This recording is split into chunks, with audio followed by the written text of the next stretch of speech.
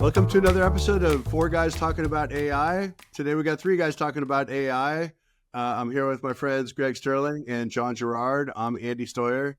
Great to have you here. Hey guys, how's it going? What's up, Andy? Good. Great to be here. A lot of interesting things going on this week. Here's our rundown for today. We've got we're going to talk a little bit about AI misinformation, what's happening. There's some news about Russian disinformation. We'll talk a little bit about. We'll talk about AI writing news articles and how people are feeling about that. Ordering burgers at McDonald's with AI. Well, Perplexity got themselves in a little bit of trouble this week, so we'll peel that one back, and we'll dig into a little bit about how people are using AI to create music. So let's lead off with the AI misinformation story. Greg, you wanna dig into that one?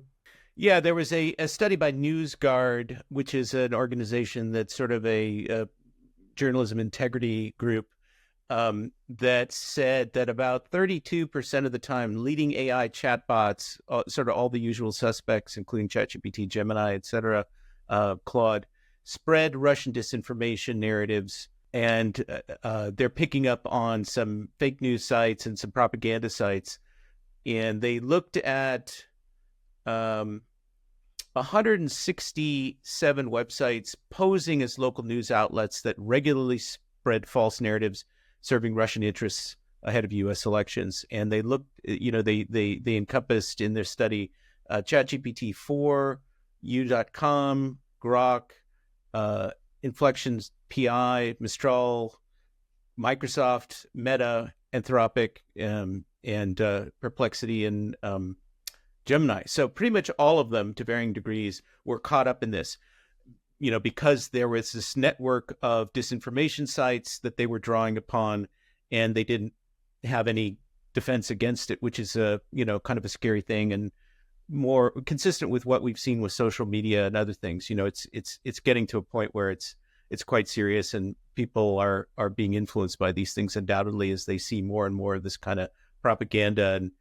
incorrect information around them. But it was kind of a surprise to see how vulnerable these sites were, I suppose, or these AI tools were to picking up all this bad information. And maybe just to say one more thing, it's sort of consistent in a way with what's been going on over with the AI overviews at Google, which they claim were only, there was only a tiny fraction of all the AI overviews that had egregious errors, factual inaccuracies, that sort of thing. It just highlights the vulnerability of these systems. It also highlights, just people's view on how AI is used in journalism. Usually it's done back in the, in the editor room and when you're writing articles, and it's not something that's overt, but there's definitely going to have to be some kind of policy around this for and for publications to lead with policy so that their audience knows if they're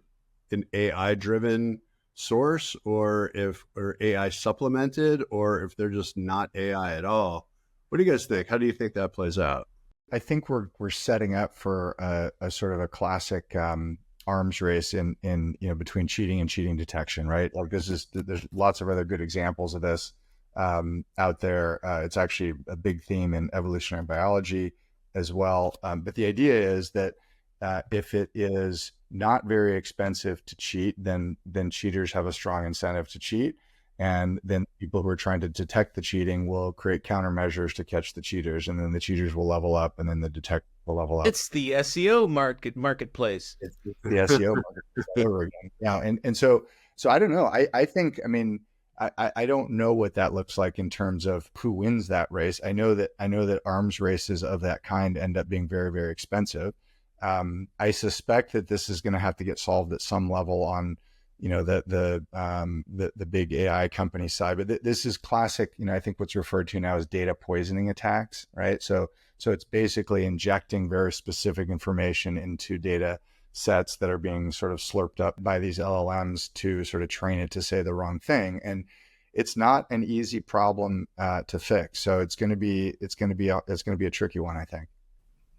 Well, it's interesting because you would think that search would be equally susceptible to this. Google and Google is not. I mean, there's all kinds of problems with with fact-checking information that appears in search results and on social media sites. But Google has historically been pretty good about weeding out bad information, partly because it relies on news brands, right? Established publications that have a recognized reputation. And it's also relying to some degree on clickstream data, now we know. And so that sort of reinforces the primacy, and it's a more structured thing. I think Google News and the way that they present news and information at the top of search results is much more structured, much more concentrated in these established news publications. The problem is that local news, a lot of news publications, newspapers have disappeared, over the last fill in the blank number of years. They've been failing on a regular basis. There's been all kinds of consolidation by private equity. There's been failures. So you have, less and less genuine human created local news.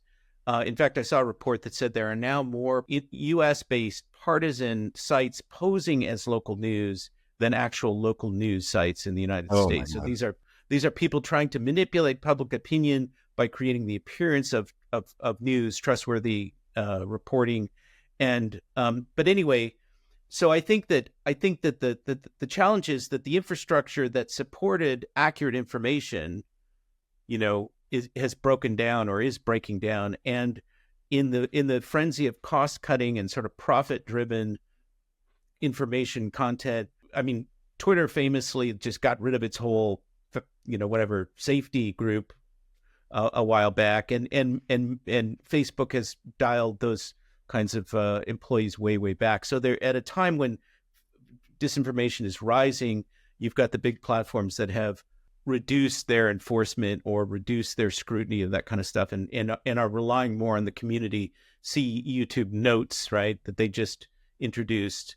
We're going to provide fact checking in context by the community. Well, that's all fine and good, but it's not really what is needed in these situations. So it's a big problem.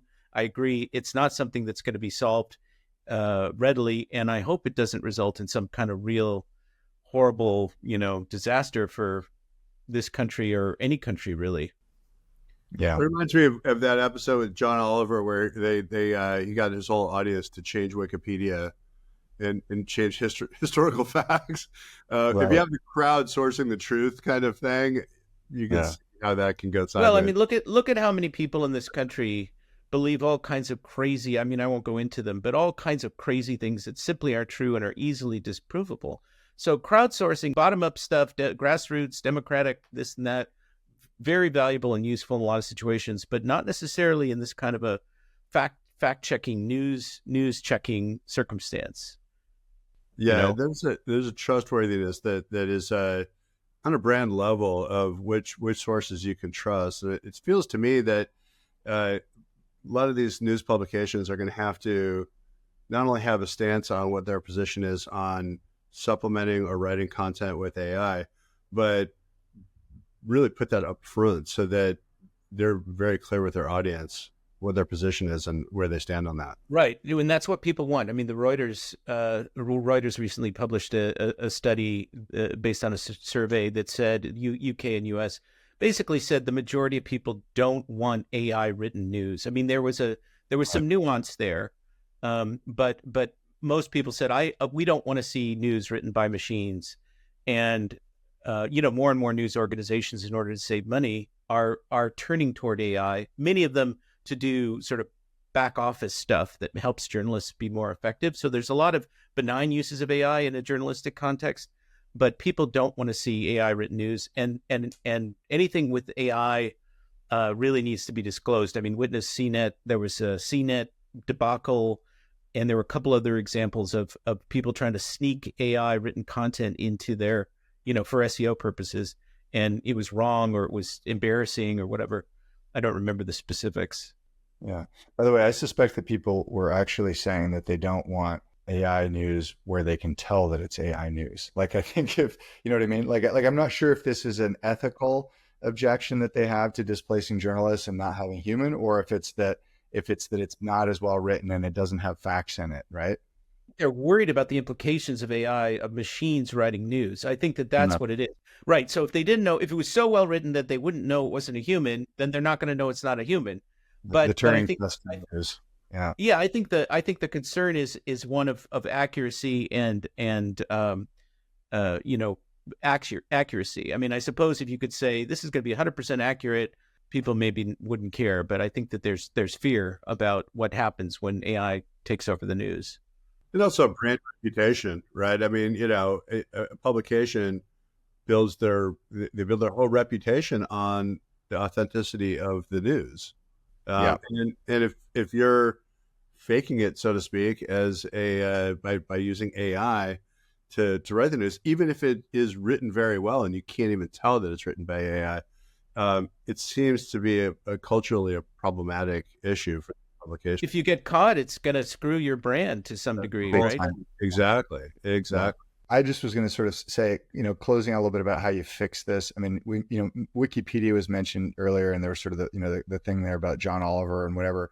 But I actually think that Wikipedia may serve as the right model or template for thinking about this, because I mean, I didn't see that episode, but I can guarantee you that if you were to go back to those articles that they all changed right now, they would actually be corrected. And that's actually one of the really interesting features of Wikipedia that's been very hard to replicate elsewhere, is that they are able to arbitrate differences of opinion and factfulness in their articles in a really interesting and unique way. And on balance, that has led to, this was a long time ago, but when there were encyclopedias, it was found that actually Wikipedia had a much higher Right. sort of correct fact check rate than a human, Encyclopedia Britannica, if anybody even Right. remembers what that was. So I don't know. So there's something to learn there. There's a model there around a self-correcting system that may be something that could be done. But the key point there is there's a bunch of humans involved, right? There's a bunch of There's a bunch of volunteers. humans, and they're a bunch of humans, and it's a lot of lots and lots and lots of humans, and it's the system that sort of operates behind the scenes there, kind of coordinating their movements and their discussions that kind of results in that accuracy. And again, I don't know if that system is replicatable, at a broader scale in some of these things, or if you can get enough humans that are as invested enough to make the whole thing go. Those seem to be the open questions. Well, there was Patch a number of years ago, which is not exactly analogous to Wikipedia, but it was an attempt to sort of crowdsource local news, and there may be like Blockbuster, there may be one or two of them still left, but for the most part, it got sold, I think, to maybe it was AOL. I don't remember, but they're gone essentially. Yeah. Sold to MySpace or something. I don't know. The memory fails there. All right, well, let's talk about ordering burgers at McDonald's with AI. This is a whole new thing. There's obviously all these robo restaurants that are starting to come into the news, and anytime it pops up in any city, it becomes the hot new story in the news. But McDonald's, big change there. So let's talk a little bit about that. What did you guys hear about this whole story? So McDonald's announced that they were working with IBM, and they were doing AI, drive-through ordering, right? You'd go up to the kiosk or go up to the display, the marquee, and say, I want a Big Mac and fries and blah, blah, blah. And the AI would then transmit that order internally to somebody who would make the food, and then you would pick it up. I didn't have a personal experience of that process, but the news is basically that they have decided to no longer work with IBM. They're looking for a new partner. It seems like they will continue with some sort of automated voice ordering system, but they have to find a new partner to deliver that. But when I saw it initially, it made me wonder if it was like self-checkout, right? Which was heralded as this great innovation for retail and grocery retail, and is basically being removed from most situations that it's been in because of theft and complexity and customer frustration. So the technology, which in the abstract held a lot of promise, didn't really work out. There's still examples. And the same is sort of true with Amazon's Just Walk Out technology. I mean, even though they're still deploying it, they basically have pulled back, and it's not something that's sort of taking the retail world by storm, although there are probably exceptions to that. So this is an interesting example of a technology which It makes a lot of logical sense, but is not necessarily, we don't know. McDonald's says they're committed to it, but it's interesting. And this is just the voice ordering part of it. It's not Robo Burgers and actually. It's not a machine making the burger. It's not a machine taking the pink slime and then turning it into a finished burger that you're going to eat. There are such things. Nom. Yeah. Right. The thing about McDonald's is you always think it's going to taste better than it does, which is the success of their marketing, right? I have not eaten McDonald's on any kind of consistent basis for decades now, but I was in Lisbon and in Portugal on vacation, and I was kind of hungry, and I didn't want to go into a restaurant, and there was a McDonald's right there, so I went in there. And it's inevitably disappointing, but that's just a little personal aside. It's like their marketing is really successful, but then the product doesn't live up to the marketing promise. It makes you remember it as much better than it actually is somehow. Yeah, nostalgia is also a big factor there. I ate a lot of McDonald's. I ate a lot of bad fast food as a kid. Ruined my body probably. I used to be able to do that. So I think I think this is going to go. I understand like the early kind of problems with it. It's very similar to some things we were talking about an episode or two ago around the innovations coming in Apple Intelligence and Siri, where, to make this kind of thing work before the models were available that are modeled today or that are available today, you would have to actually train the human to say the right thing, right? So that scenario, which would be totally, a non-starter for McDonald's, would be I would have to say, 1 Big Mac, please, exactly that way, in order for it to interpret or hear what I was saying. And of course, there might be some variations, but it wouldn't take, sort of me talking in a normal way, ordering the way I normally did. It wouldn't treat that very well. So the big innovation that they're keying off of here is this sort of translation of natural language, mapping it to a typical order flow, right? So like internally, probably what they've got going on is all the order actions, which is order 1 Big Mac, order 2 Big Macs, order 7 Big Macs, order 1 fry. We don't know whether that's large or small. Make sure to ask that question. So they're basically able to kind of take my natural language query and put it into a structured format. Yeah. And then, the ordering also has a huge benefit in it, which is it's perfectly natural at the end of an order to read it back or to display it on the screen and say, did I get that right? That's not the case in every business process, but that's just sort of standard way of doing things. So that makes it a slightly easier problem to solve just based on that structure. So I don't know. I think it's going to go. Isn't there enough voice sample data to be able to do this correctly at this point? Yeah. Like ordering food, there's a limited set of information there. You're not asking like who won the Cubs game or something that's outside of the script of what you're going to order in that moment. I bet that every single one of those orders is recorded somewhere, or enough of them are recorded that they could just feed that into an LLM and capture the entire universe of potential orders. I'm speculating, of course, but it looks like Google might be the right partner for somebody like that, for a McDonald's in that particular instance. They've just got so much voice data, or Amazon even, but I don't think McDonald's and Amazon are friendly. I think Google and McDonald's might be better partners on that one.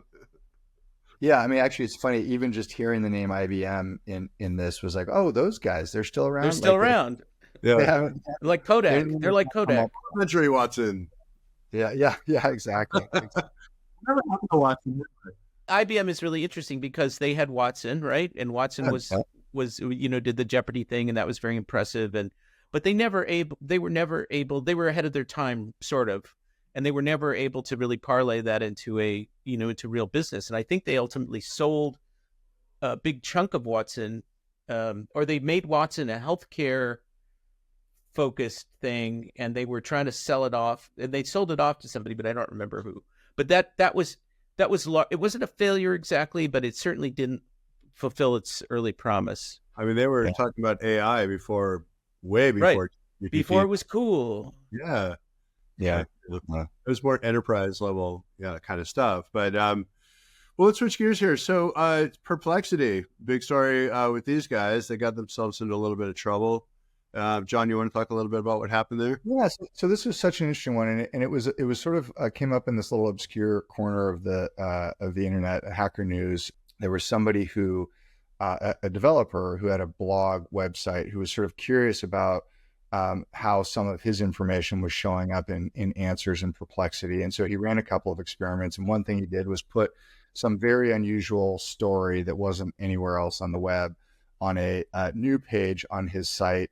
And put the do not crawl in the robots.txt file, which is a signal to web crawlers you're not supposed to touch this, and presumably something like Perplexity, which allows me to put in a search in natural language and then goes and searches the web and compiles an answer for me, should be adhering to those same rules. But what he found was that those very specific details of that story that he put in that protected page, or that page that had a do not crawl on it, showed up in the results. And this raises some interesting questions about what these AI engines in Perplexity specifically, but really anybody who's doing web crawling and augmenting search results, are they playing by the rules?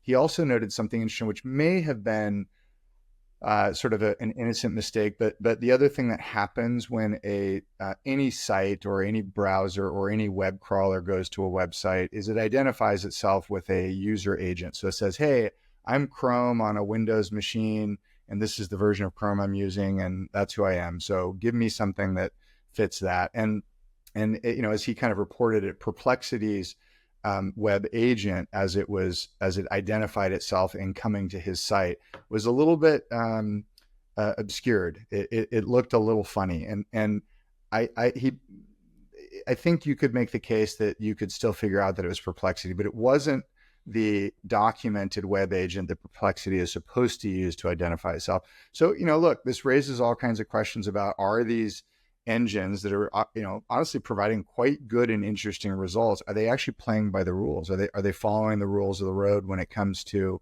what they can ingest and what they can't? And do those rules change if, as in his case, he said, "Go look at this URL and tell me what's at it"? Does that change the rules of the game? So pretty interesting series of questions now being opened up about what these engines are doing and whether it's okay for them to be searching certain parts of the web. And as we discussed, there's all the copyright stuff that is well documented, which is sort of in the same vein. It's like feasting on proprietary content. Yeah, absolutely. We're definitely in a beg for forgiveness kind of world here, but that's, to put it mildly, because what's actually happening is that artists are getting ripped off, musicians are getting ripped off. There's real intellectual property that is being slurped up by these engines, and the law is just slow to act on this. Policy around this is, you can't, once those engines have that information, they're not going to pull it out and carve it out and say, we're not going to have that information now. This is an example of how the courts are going to make the law, right? I mean, in theory, in our system, the legislature, whether it's at the state or federal level, makes laws, and then the courts interpret the laws and apply the laws to a particular set of facts. But in this case, because there's such dysfunction and inactivity certainly at the federal level, and there's just a lot of complexity here, the courts are going to be making all the law as it pertains to IP and AI usage of it. Which seems like a perfect segue to roll into, John, your little experiment over the weekend with a music app and how people are using AI to create music. Yeah, this is actually right in line with what we're talking about here. So this was fun. So I've been using, Andy, I know you have too, and you're a musician. I'm just sort of an aspiring one. This app called Musician Now. I'm a musician now. Everyone's now a musician. Yeah, exactly. So anyway, but playing with it a little bit over the weekend, and had this really fun experience with my kid and our kids and my wife, and so I gave it a bunch of information, said make this into a country song. Let me just play a tiny bit of this, and you can hear this. This is the country song, a little snippet from the middle. Down on Free Lane. So that's where we live, on Free Lane. got memories that light up my soul. So Where's paw prints lead the way to sweet love. Though he's gone, he's still part of the world. So that's our dog Bear who passed away. That's referenced here. I'm the luckiest dad in this whole wide world. So that A Father's Day tune. that right? I would have no capacity to tell you that was not some sort of country singer. I would have no. Yeah. You would say this is Travis blah blah blah, and I would say yeah, that's what it sounds like. Yeah. Look, I mean, so I think, especially Andy, to your ear as a musician, you can probably hear some of the tinniness. I mean, basically the vocals sound a little auto-tuned, but some of the lyrics and a lot of musicians now too. So it's crazy, right? And by the way, just as a fun thing, you can try this at home too. I actually surprised my kids. We had a boat day on Saturday, and I made them a theme song that actually mentioned them all by name, and it's pretty catchy. This needs to be our theme song here. yeah. But that's Tyler Wakes Up. What you do? You put their names in the prompt, and you said write a song about my kids, and here are their names, and and say something about each one of them, and then in the chorus say it's boat day a lot. We would need to substitute our names for your children's names. We could do that. I mean, we'll go ahead and make a theme song for us. It's kind of a mind blower, because when you think about what's really happening underneath the hood on this, is that we were talking a little bit about this before we started the recording here, but what's actually happening is that those engines are calling YouTube or Spotify and other sources, SoundCloud and whatnot. And they're just ingesting all that information from people who spend a lot of time creating those songs that are their intellectual property. And there have been lots of lawsuits around artists who wrote similar songs, and they got sued heavily by other artists to say, actually, you just ripped off my song. So, I can't imagine where this falls. It just seems to me to be so blatant. This has to be probably one of the first legal battles, I would imagine, and the record labels are ones who are not going to stand by and just let this happen. I think that's right. I think, we talked a little bit earlier about for instance, the intellectual property of a news organization and the AI taking that and reformatting it. That's a very specific kind of infringement, right? Hey, we're the only ones who had this breaking story. You pulled it in, manipulated it. That was clearly our IP. I don't know whether that makes it easier to prosecute or figure out, but this is. I would say yes. This is the other category of what do you want to call it, infringement, which is like how many thousands or tens of thousands of country songs were ingested in order for this AI to have established enough of a pattern to spit something up that sort of roughly represented the average country song of this kind, right? It's a little bit of a Napster moment in that regard, right? Like where it's just free. I think that's right. So like, the question becomes like, okay, so I'm a country artist and I say, take me out of the training set, and they go, great, no problem. Now we have 99,987 artists in here instead of one more. Well, when you're suing somebody for copyright infringement, right? Then there's the whole fair use defense. But that one of the things that people are looking for, the court is looking at, or the jury, I guess, is a substantial similarity. How much of the of the defendant's work resembles the original, or the purported original? And when if it's a 1-to-1 thing, right? Like George Harrison with My Sweet Lord and One Fine Day, which was the Shirelles or the Chiffons or somebody. It was like I think it's Jerry Goffin, Carole King composition, but that's another podcast. Anyway, they found there was enough, and there have been many examples. They found there was enough similarity to constitute infringement, and they do that by looking at chord progressions or listening to the song, comparing technical details of the orchestration and all of that. And it's very hard to do that, if not impossible, when you're talking about this kind of scale. right? When you're That's talking right. about every country music song ever recorded, and you're getting something that doesn't sound exactly like one particular song, it sounds like the genre. I think it's very hard for everybody to deal with that from an IP litigation standpoint.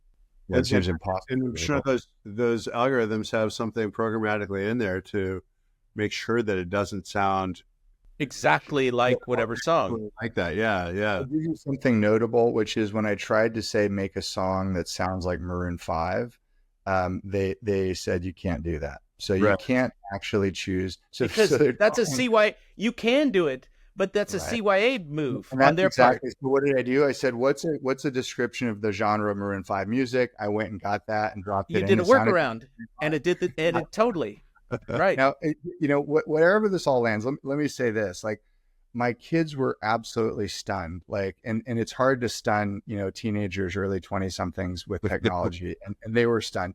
And then two other things happened that were super unexpected. One is there was some emotional threads in that Father's Day song about the dog who'd passed away. My wife got teary when she heard it. Like, it hit her emotionally in a very, very real way that was surprising. A second thing that was fascinating, I have had that Boat Day song stuck in my head for 3 days, like just the same way that pop song that you hear that just gets you, grabs onto you, that little earworm. It's happened with this AI generated music. So, ultimate human experience as it pertains to music in terms of emotional resonance and getting stuck on the loop in the head have happened for me now with AI. Well, let me point out that that's a kind of hybrid thing, because you supplied the information that made your wife emotional. 100%. Yeah, 100%. it's not like they intuited that your dog had died and so on and so forth. No. It's like they would have come up if you had said write a generic Father's Day or birthday song or whatever. It would have been bland and kind of generic. But you supplied the Absolutely details true. that made it personal. Yes, that's right. I made her cry. And But it's still an incredible. It's still an incredible accomplishment. It's an incredible, amazing thing that we can have this level of realism, for lack of a better way to put it, or verisimilitude, as I said on a previous episode. Right. that it makes it so convincing. I mean, it's just shocking in a way, that this technology can create. And this is pop music going forward, right? I mean, this is what's scary is that pop music will all be increasingly derivative. It's like how many sort of artists are going to say, I need, as a starting point, right, as a draft, I need a song that sounds like this, and then take that and mold it, or just sort of let the producer take over and turn it into a pop tune. I think that's going to be common. I see an American Idol, humans versus AI on the horizon. Yeah, like you're on your reality TV career is already off and running. That's a great idea.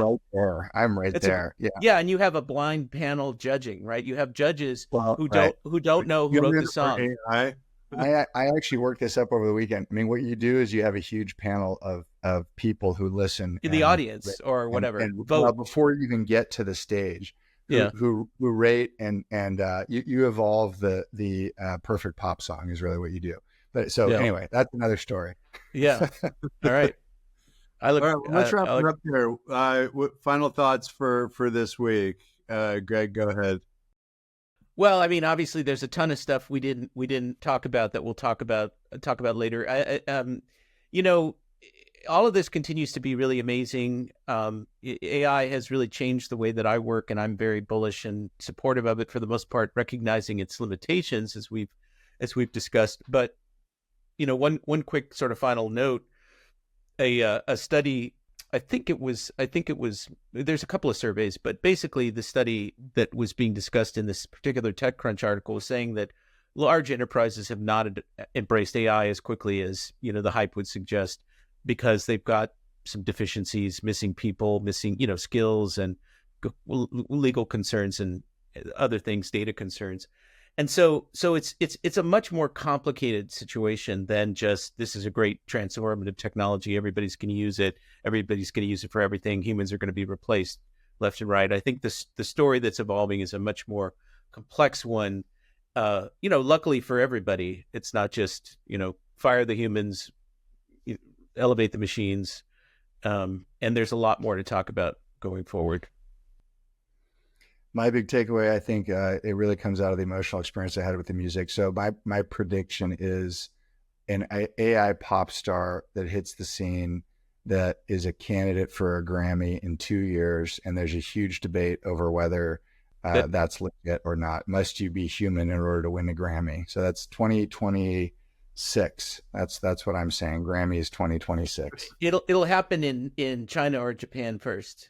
Yeah, I think that's right. Or Korea. Yeah, Korea, right? And I predict that they will say non-human singers, authors are not eligible to be awarded Grammys. Right. Or there's a separate category for technology something or other. Yeah, could be. I had a really interesting discussion with a buddy of mine this week about, he's a professor, and he was talking about a lot of subtext that we talked about today is about shortcuts and incentives. And students, as you can well imagine, are using ChatGPT and other AI tools to be able to cheat on their assignments, and they're not actually doing the hard work that it takes to actually learn the material. And so what they're doing is, as a policy, they're going old school, and they're writing in the blue books now in tests to verify that students actually know the material. So what is old is new again, in a way. Going analog. Yeah. And rightfully so, because in their experience, they get these essays that are clearly written by AI, and in some cases, very well written and factually correct, yet also at the same time very transparent that student has no idea what they wrote in that essay, because clearly don't understand the subject matter when you start talking to them. So it's just like what you were talking about, I think, in a previous episode with the academic journals that featured certain phrases, or maybe, John, it was your item, where they were showing up, repeatedly, and it happens. It's not just college students, right? It's professionals who are cheating, cutting corners, whatever. Yep. I mean, we live to some degree in the cheating society where the incentives are so strong to just produce an outcome that the process doesn't really matter if you can get away with it, right? I mean, I think we need to go back to some kind of more ethical approach to things and internalize that. But maybe that's just the idealist in me. Well, it very much ties back to the journalism thread that we were talking about earlier today too, because it's a very real issue, and with public policy and all kinds of disinformation that we live in now, that adds a whole other dimension to it. And the arms race, the cheating and cheating detection arms race, that's the next few years are going to be all about that. Yeah. We'll pick it up next week. Thank y'all. All right. All right. Thanks, guys. See you next week. Bye.